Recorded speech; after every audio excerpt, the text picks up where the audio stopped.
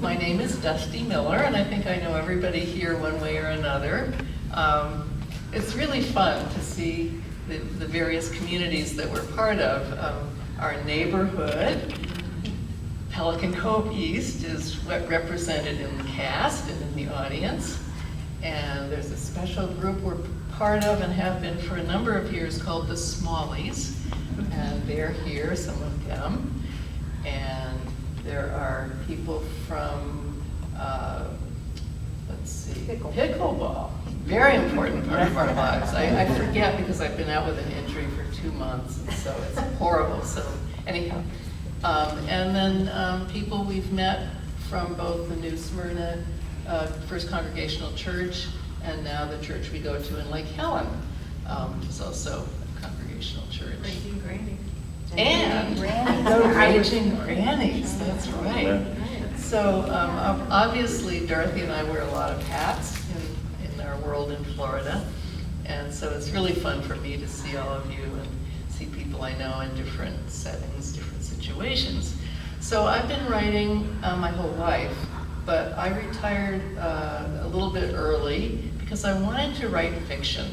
I had been writing books in my field, and it was very serious. I specialized in trauma and addiction, so the books I wrote were very serious, and a lot of my work was very serious. And I decided, when I turned 62 and a half, I thought, I am going to get early Social Security, and I'm going to have fun, and I'm going to write mysteries. So that's how the Alice Ott series came about. Alice Ott is a character based on a couple of people in my life, both of whom have passed. Alice is an amateur sleuth, so think Agatha Christie or Nancy Drew or somebody like that. She's very mentally sharp. She's very feisty. She needs to have a cane, and she needs to have her little portable oxygen tank. So she's been the same age all 5 books. Couldn't let her age too much more than the way she started.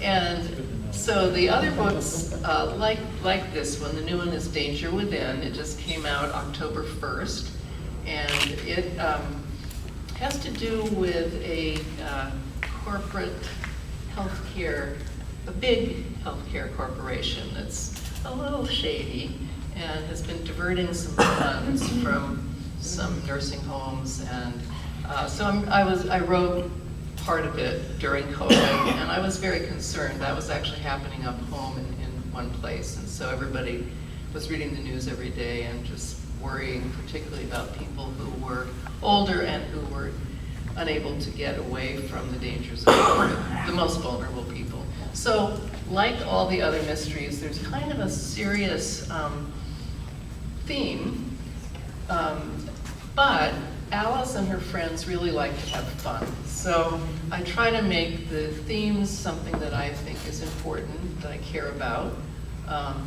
and yet I think when we read mysteries, we want to have fun, we want to escape, we want to have things turn out right. So that's one of the things I love about writing mysteries. I can take an issue, and no matter how depressing it is, I can make a good ending happen, which right now, don't we wish? So, all the books are for sale. The newest one, Danger Within, is $12. The other ones are all $10. You can pay us with checks or cash, or not at all. I mean, if you don't want to book. We'll follow up. But also, if you're planning to buy them with plastic, and you don't want to order them online, then you could also write your name and we'll deliver them.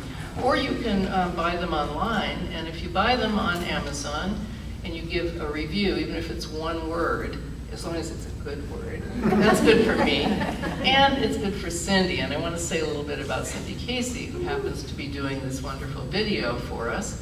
But Cindy is also my publisher. She kind of rescued me. I had a small press in Massachusetts that did the other books, and Cindy has really changed. She reprinted all of the books and brought forth this one, and has taught me all the things I need to know, I think, about having a much wider circulation. and more diverse circulation, and has helped bring the price down. So if you're a writer and you're looking for an editor and publisher, there she is, and her cards are over on the table. But she's going to be busy behind the camera until we're done.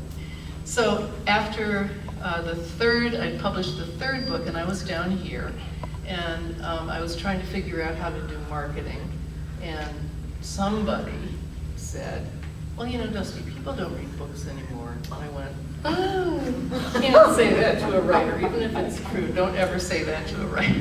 So, but she had a good idea, this person, that I could try doing plays, doing readers' theater.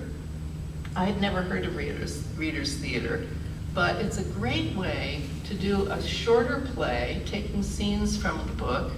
It's also a great way for either kids who are not, you know, reading a lot yet, or for people in my age group. I'm 77, and I don't remember things so easily now. So if I have to memorize a script, I'm sunk.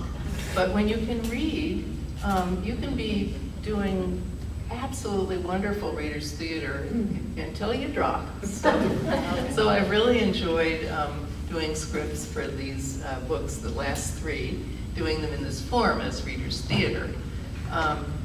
Again, I am going to wait and introduce the cast by name after you've seen the play, because you're going to be even more invested in knowing who these wonderful people are. But for me, as the writer, it is so much fun to see the characters just come to life. Let's do it. So let's do it. And we're going to open with Dorothy Cresswell, who also is enormously important to the production of the books. She's my wife, and she's also an incredible editor and keeps all the details going. And she's a great musician who does children's and adult music. So she's going to start us off with the Alice Ott theme song. Yeah. Have you heard of Alice Ott? Well, she's got another plot. She brings things into the light, sorting out what's wrong and right. And there's danger in the air, and there's danger at the gate, and there's danger everywhere, but she won't hesitate. Have you heard of Alice Ott? Well, she's got another plot. She brings things into the light, sorting out what's wrong and right. And there's danger underground, and there's house and within. Alice tackles every problem until the truth wins. There's Alice and Felicia, Gerard and Doobie too.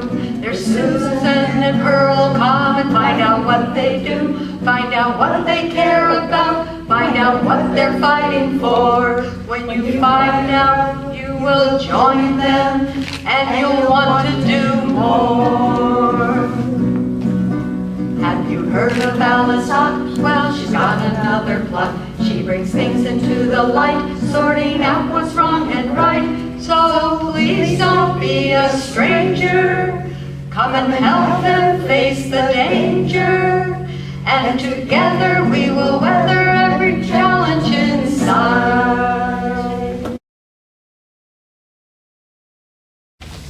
Alice Ott is still wide awake, even though it's well past her usual bedtime. She slowly climbs upstairs to Felicia's meditation room and flings open the door. Felicia, I have to talk to you. Her friend Felicia, who is holding a complicated yoga pose, looks at her in disbelief. Well, this is a first. I'm always the one that violates your no conversation after 9 p.m. rule. This must be important since you're bursting in here in the middle of my practice. Another thing you never ever do. What's going on? Alice knew that if she didn't explain herself right this minute, she wasn't going to hold on to her resolve. It was like getting into cold water. You had to just push yourself in, even though when the first minute or so made you think it was just too cold. She had spent her whole life pushing into the hard things. I have to tell you things you're not going to like hearing, but I absolutely need for you to listen with an open mind, Felicia. Oh, no! I just know you're going to tell me that you and Gerard don't like my cooking. I'm simply trying to do my part to keep you healthy. If it were not for the threat of COVID, I'd just wallow in the blissful pools of butter fat Gerard's fancy French pastries provide.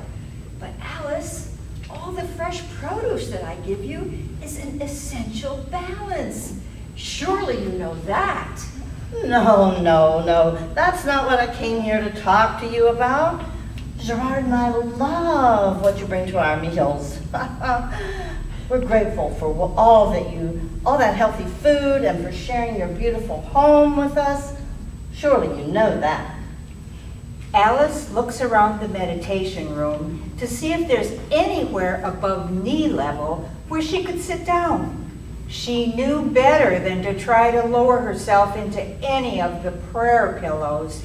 She could never get back up from those things unless someone hauled her onto her feet. I know, you can't sit comfortably in here. Let's move next door to my healing room. I have that lovely old rocking chair that would be just for you. Or you could lie down on the massage table. Or perhaps I will stretch out my spine on the table and listen to whatever it is that's got you so agitated. The healing room smells wonderful. A lavender overlay with cloves, lemon verbena, and other herbs that Alice can't quite identify. Alice settles herself in the rocking chair. Felicia is now prone on her massage table, her hands folded over her belly, a small smile welcoming Alice's presence. I need to make some big changes, Felicia. I've been thinking that I should be doing something more active. I'm not out in the world showing up for justice. I feel old and tired. I just don't feel like myself. I'm listening. I just have my eyes closed because this seems like a dream. You're making me anxious, Alice. I know what you get like when you've got something on your mind, something that's stirring up. Nothing will stop you, not even the risk of death by COVID. Felicia now begins her tapping exercises, which she claims help her to decrease her stress levels. She hums softly to herself as she continues to tap various energy points on her face, her arms, and under her armpits. Alice can't help but smile. They were just being themselves, she thinks. Suddenly, she's not so sure she wants to get into her new ideas with Felicia. Clearly, she's caught her friend off guard, and what she needs to say can wait. I'm sorry. I should have waited until morning to have this conversation. It's really too late to get into all this. I'm not the one who's tired. I could talk all night if you had to stop. But I know you don't. And here's the thing, Alice. That's part of it. We're old. We can't go on doing the things we did before. It's not just COVID stopping us. Alice is struggling to formulate a rejoinder when the door swings open and Mother Jones, the cat, stalks in. Oh dear, Mother Jones seems determined to enforce her schedule. It's her bedtime, and she won't let any of us rest until I take her down to the bedroom with me. We can talk in the morning. You might want to ask the dream goddesses for guidance during your sleep tonight. See you in the morning when you're better able to continue this conversation. Gerard is deep asleep when Alice crawls under the covers, gratefully snuggling up to him. Mother Jones jumps onto the bed. She purrs as she hears the human snores begin. She has accomplished her mission, and all is well. Scene 2. Today, Felicia and Alice are heading for the apple orchard, where there's a spectacular view of the valley. They ride in Felicia's Cadillac with the top down. Upon arrival, they find a picnic table where they can look out at the glorious colors of mountains and valleys. The colors will soon be turning, and Aren't these cider donuts delicious? Ooh, really outstanding. I just can't say enough about them. In fact, I wonder if there's something special they're using this year? Some new ingredient or new method or... what on earth is going on with you? Well, Felicia, you know how I was talking last night about how useless I've been feeling? Felicia nods, smiling. Alice is surprised. She wonders if it is the deliciousness of the donuts or if Felicia is changing her mind regarding Alice's longing for political action. So, coincidentally, Nancy Warren called me this morning. She asked if I would consider getting involved in their Florida project. They need to figure out who's behind the assaults against 2 whistleblowers. Oh, these brave young people who are part of a lawsuit against a big multinational healthcare corporation. Felicia stops smiling and puts her half-eaten donut and her cup of coffee down. Alice decides to ignore her friend's change of mood. You and Gerard could come with me to Florida. Imagine being able to sit on the beach and read outdoors in October, while at the same time becoming useful again. We could... Alice, dear, this current COVID shutdown is hard, and I understand that you're frustrated, but it's not forever.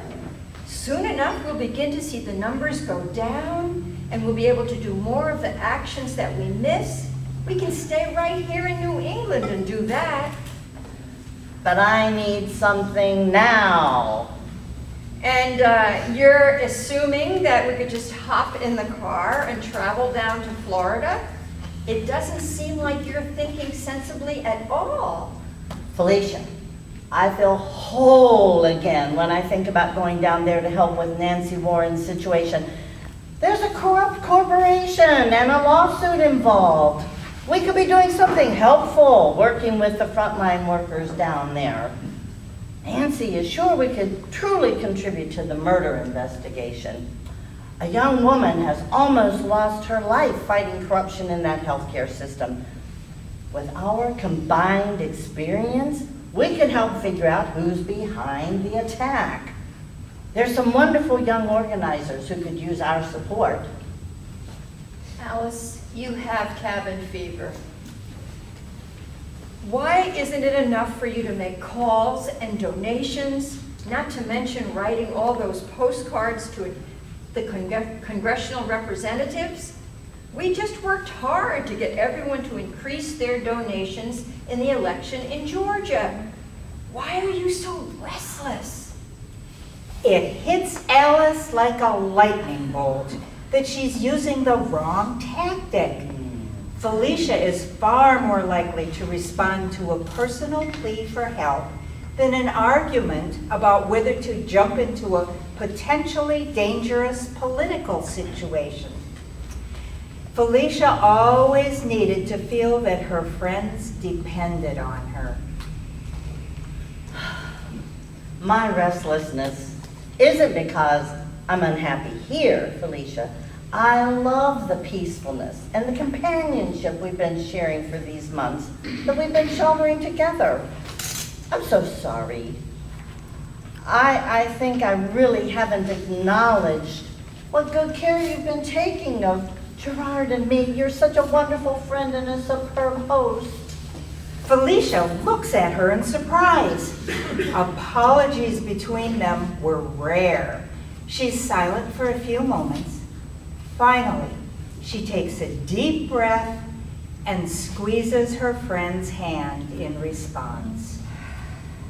You might be a little right.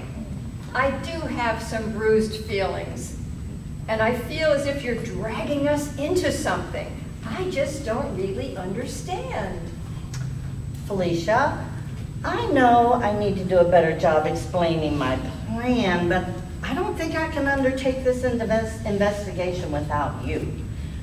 Without you, I won't be able to come up with the wisdom and the strategies for such an undertaking. Felicia's mouth actually falls open in surprise. Alice thought that happened only in cartoons and children's books. If you persist in this vague and seemingly dangerous scheme of yours, alas, I simply may be forced, out of concern for you, of course, to accompany you. I'm not saying that I think this is a good idea, but I don't think you're going to back off. May I ask if you even have a timeline? Alice takes a deep breath, wishing she could give Felicia a big hug. Felicia closes her eyes and lifts her hands upward. It's a go! My guides have affirmed your plan. Scene 3. As the cold winds of October make New England feel less hospitable, Alice has convinced both Gerard and Felicia to head for Florida. But the road trip is getting long by the afternoon of the second day, and everyone is tired of the healthy snacks that Felicia has provided for the trip. Where is this place? Somewhere in Georgia. It will probably be bedtime by the time we get to Florida and the house where we'll be staying. Should we look for a resting stop? How are you feeling about it? Oh, I'm enduring. Oh dear, you know you can always use my travel easy peasy device if you get desperate. I have no intention of using that awkward thing. Alice had to admit she was impressed by Felicia's good spirits. They'd been on the road many hours since leaving home, yet she was apparently still enjoying their trip. Alice, on the other hand, felt as if she had mistakenly set them up for an outward-bound road trip for seniors. She was ready to drop. Why do we drive and drive? It's no destination. My back 3 miles, and also, why do we not stop for a little bar? Oh, don't worry, Gerard. When we finally get to Florida, we'll get real, like key lime pie and lovely fish, red snapper, grouper, catfish. We'll probably even eat those famous hush puppies. Oh, no, I don't eat Lachine. She's not talking about eating dogs. Hush puppies are fried food like French fries or fried onion rings. But we will eat healthier foods too, just as we do at home. But how can we be so long in the destination? We drive and we drive and we drive, and this place no water, no mountain, no beauty. Gerard, that's because we're still in Georgia. There'll be water in Florida, don't worry. I'm sure of it. Oceans and rivers and lakes and even swamps. Alice studies Gerard thoughtfully. She was surprised that he seemed so disoriented, but he was not a young man. Since the first outbreak of the virus, they had all been coping with stress and uncertainty.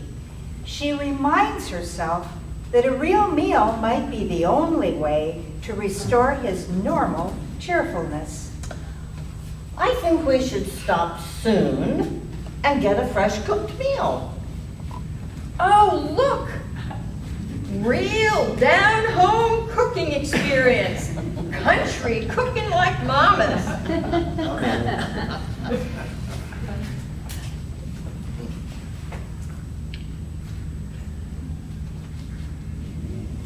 They pull into the Ah, oui, la cuisine chez maman. This is so good, oui. They pull into the parking lot of a big, low-roofed stucco building. There's a sign mounted on the flat tar paper roof, a portrait of a huge pig in a white suit and straw hat holding a pork chop in one trotter and a bottle of Old Dixie beer in the other.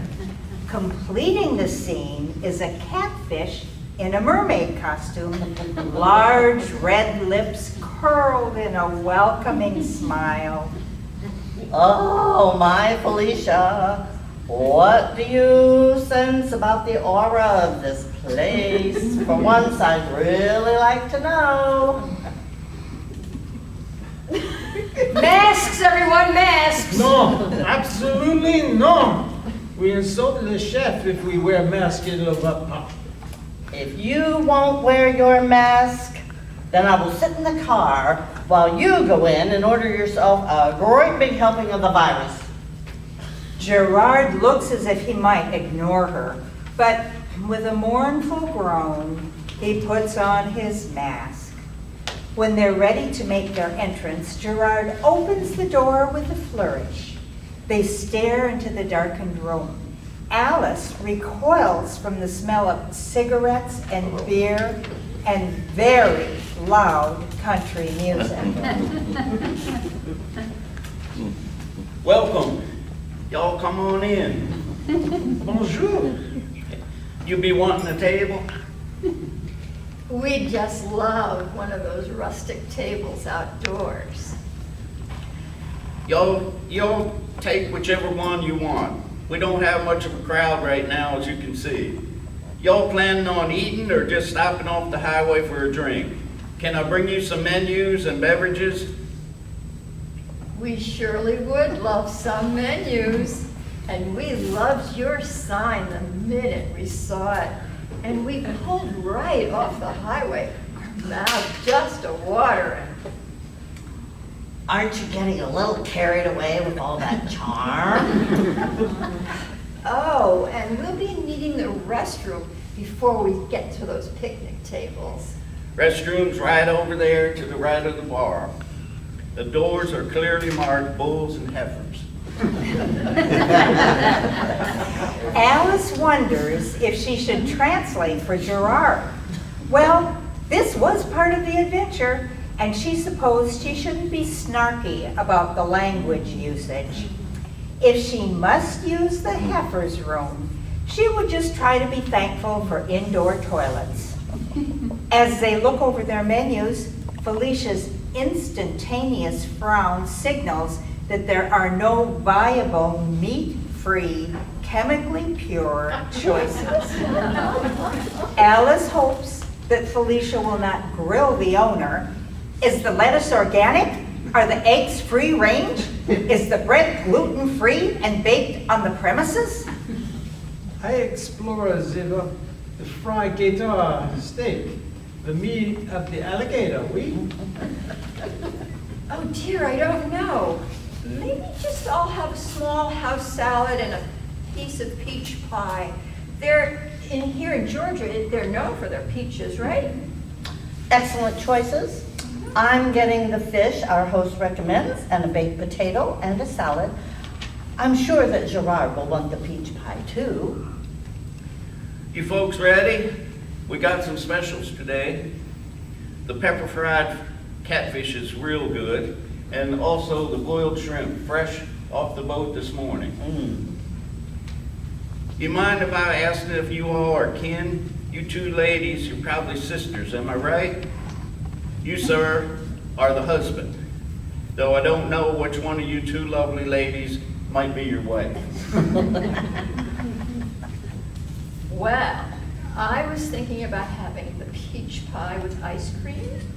I just have a little tiny house salad so it won't spoil my appetite. A woman who knows what she wants. And you, ma'am, what's your preference?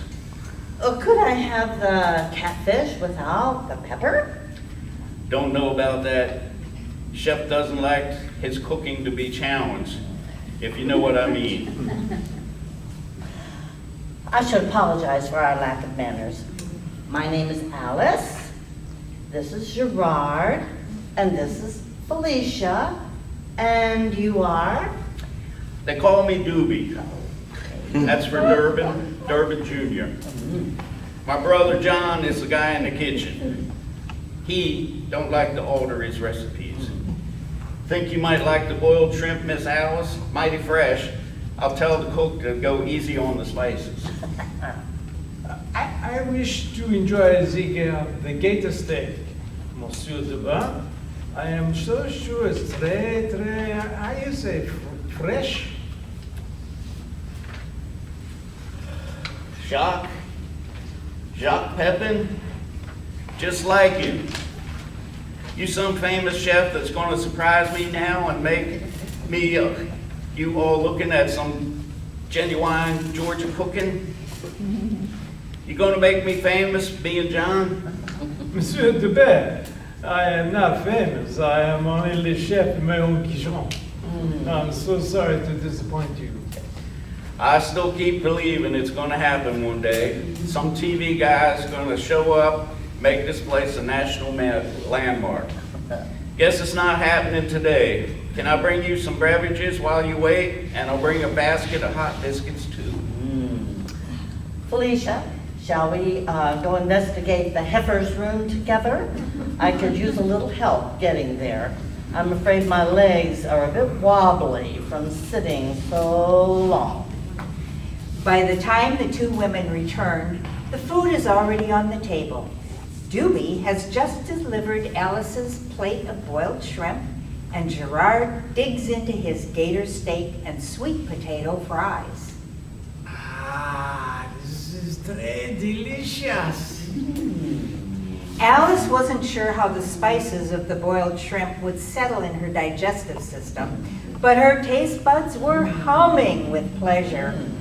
Felicia was happy to discover that her salad was large and very fresh. The tomatoes as perfect as if she had just picked them out of her own garden.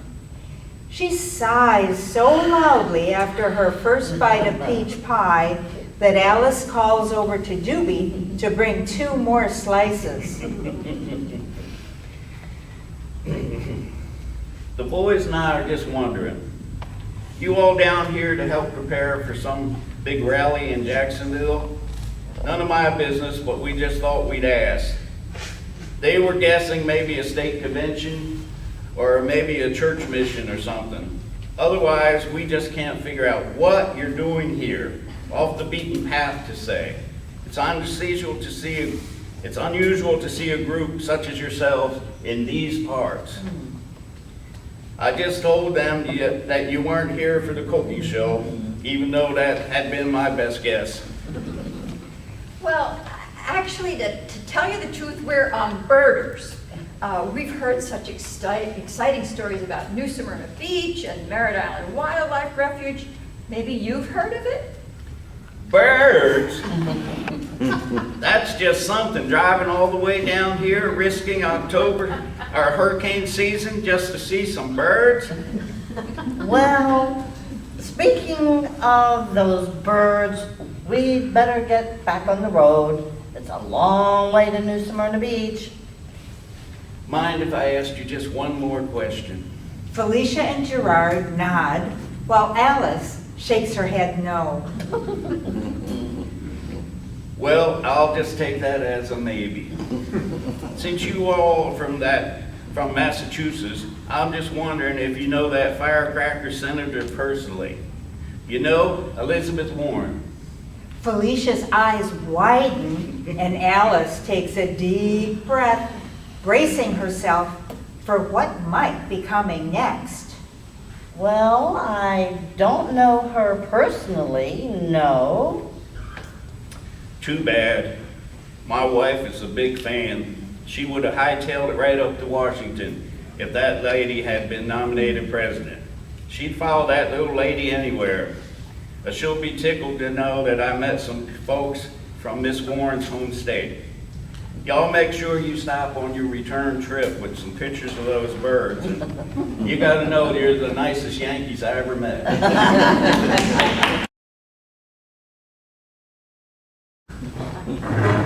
Scene 4. On their third day in Florida, Alice and Gerard are sipping their morning coffee on the screened back porch of their temporary home. They're startled by the sudden appearance of Susan, a nearby neighbor they had just met. She has emerged from among the thick bushes and magnolia tree branches only a yard from the back porch. Good morning. I hope I'm not too early, but Aunt Reuben has to get cookies from Betty in time. I have an idea. If you have a mask, you can come in. We'll have fresh air out here on the porch with the windows open, so it's relatively safe, I suppose. Alice hoped that Susan had brought her mask with her. People around here tended to be unmasked and seemed to ignore the need for social distancing. Alice wondered what she could do to ensure everyone's safety. She was, after all, the one who had gotten them into this dangerous situation. Remember I told you about the lady over on Kingfisher Lane who works for one of the big healthcare companies? Well, Pearl is willing to come over this morning and tell you what she can. But I should warn you that she is kind of in a negative space these days. I think she's planning to retire soon. So maybe she'll recommend her company, or she might make you think twice. Either way, she's definitely knowledgeable about nursing care in this area. Perhaps you don't need me for this discussion. No, dear. I'm letting you off the hook this morning. Whatever we learn about the nursing homes, I want you to hear. Alice wanted him to listen even though he wasn't supposed to ask questions. They both had to remember not to blow his cover as a victim of dementia. She would be as relieved as he was when they could stop the pretense. But now, she needed his good mind to analyze whatever they could learn about the Touchstone Corporation. What exactly does your friend Pearl know about us? Just what you told me. You're down here to explore options for your husband, right? Everyone around here has experiences they could tell you about, but you don't want to get swarmed. Pearl's the real expert. Without further conversation, Susan whisks back out of the porch and disappears into the bushes.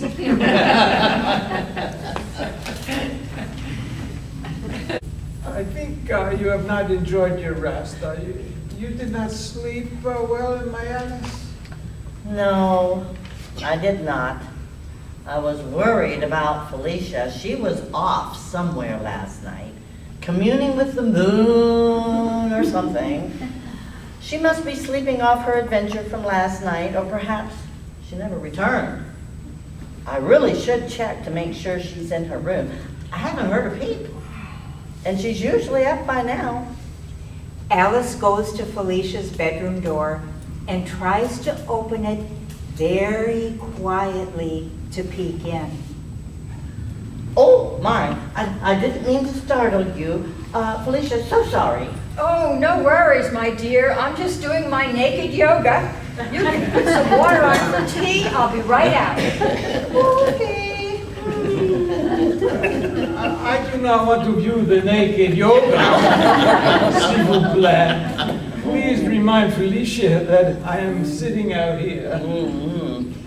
Less than a minute after Felicia appears fully clothed in the living room, the doorbell rings. It's probably the neighbor who's come to tell us about the nursing homes. Hey y'all, anyone home in there? Hello, you must be Pearl. Can I invite you to come around to our screen porch at the back of the house? We'll have lots of fresh air and we can all be safe. You worried about that sickness?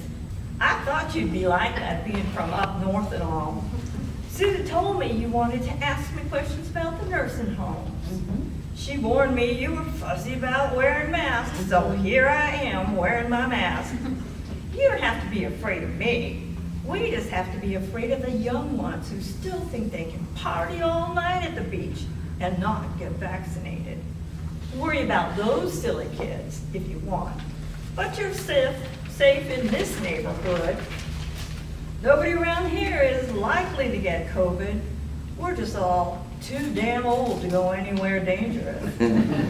Oh, I'm very sorry, but I do want to protect you from us. We've just traveled through 11 states to get here, so we're the ones who could be carrying the virus, even though we're not symptomatic. Can I make you a nice cold glass of iced tea and then we could have some delicious French pastries? If you could stay a little while so we could heat them up. Pearl studied the two women thoughtfully and then stared at Gerard, who stood up and bowed slightly. Bonjour, madame. I'll have that cold tea with extra sweetener, please. Whatever you got. I just grabbed those frozen croissants Gerard made yesterday and put them in the microwave to thaw. It'll just take a minute. No, ma belle, this will ruin the texture of the pastry. It can't be helped. Remember, when we go out on that porch, you're supposed to have lost all your English. But I want you to charm her with all your European courtliness. You may eat le croissant frozen, but I will not be present. You and Felicia, you have the conversation, but not with me. I listen later to what you discover about the homes, but you begin somewhere.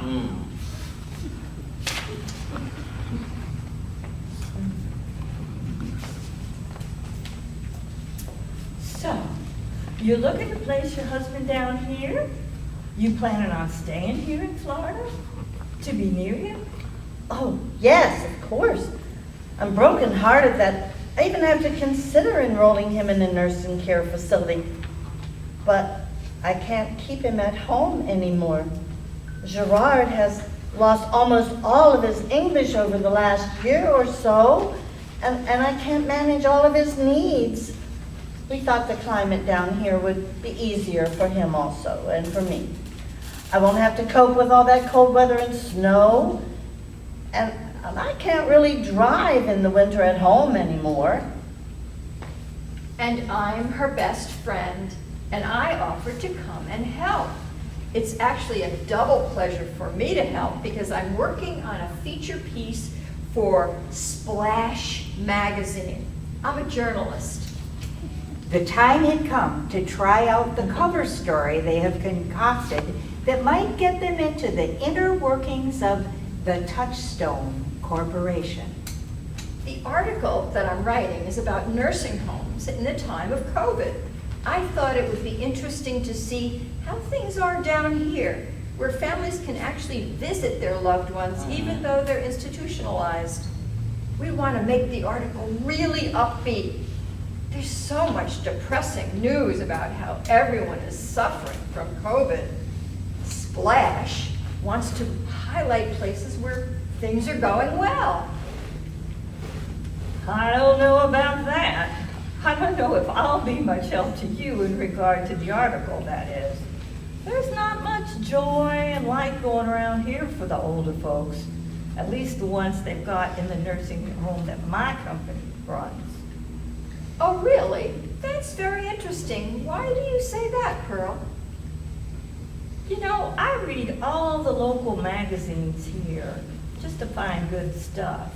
And I never heard of this Splash magazine. Where do you get it? Well, it's new. It's quite new, right, Alice? Whatever. Anyhow, I'll try to help you with your questions. I've been working for Touchstone Healthcare for the past 10 years, And I have a girlfriend I play cards with on Thursday nights. She works for the Good Shepherd Corporation, and they manage some nursing home care places too. She's right here in the Cove, over on Blue Heron, between Kath and me. There's a lot we can tell you, but I have to be honest, it's not all good news. Alice tried not to look thrilled. She reminded herself that she still needed to appear to Pearl as a worried wife, still on the brink of deciding whether or not to put her husband in a nursing home. Well, we know that there's no such thing these days as a nursing care facility without some hard stories. At Splash, we specialize in finding silver linings no matter what we're covering. Even in this terrible time of COVID, there's so many interesting human interest stories that make you believe in the goodness of humanity, don't you think? Well, tell you the truth, I kind of prefer birds and dogs.